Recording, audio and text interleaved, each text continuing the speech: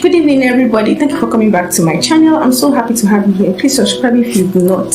And so the next reason why people don't mind from the same church, though this reason is a general reason, it's not about the church or the place where you worship. It's about you. The reason why most of us, I'm using us because I'm not also married, is because we're not even ready.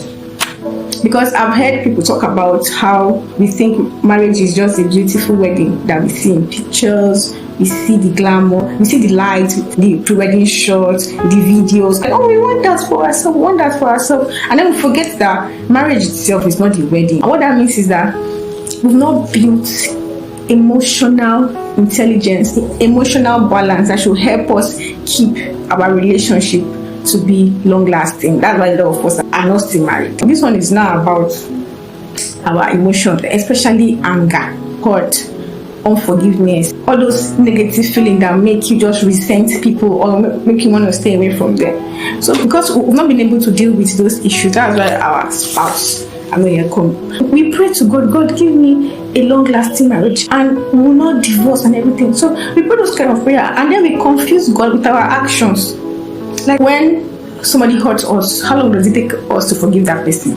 How long? And then when somebody, makes us sad or angry, how do we respond? Have we been able to deal with all those emotions in a mature way that leave people, feeling like we are different, or we just act like every other person in the world? So like we're actually not ready. That's why we're not still married. It's not about age or your position in the church or your spirituality. It's about your mindset, your mentality, how emotionally strong are you. So but today I want to deal with anger, because anger is one reason why most people will never have a long-lasting marriage. Because when you are angry, you are bound to do anything. And I've seen a lot of people react to situations and I'm like, wow. And you are praying for marriage. So this kind of actions leaves God wondering, does this person know what she's praying? If you see the way they react to things that they should just let go, you will just know that this one is not ready. Because by the time you live with people for the rest of your life, no matter how spiritual you are, you will definitely feel emotions that will trigger you to maybe dislike the person for a while, or feel angry, or sad or hurt. How do you react? I actually brought out some scriptures of what the Bible talks about anger. It says in Proverbs chapter 12 verse 16, it says, the vexation of a fool is known at once. How this one enter Jesus? When I'm reading this scripture, I'm like, hey, so does that mean every time I vex and I vent out, that means people are seeing me as a fool? Hey, and the Bible calls me a fool. God forbid though. God forbid. It said, but the prudent ignores an insult. Deep. Here another one. It says, James chapter 1 verse 19. Know this, my beloved brothers. Let every person be quick to hear, slow to speak, slow to anger. For the anger of man does not produce the righteousness of God.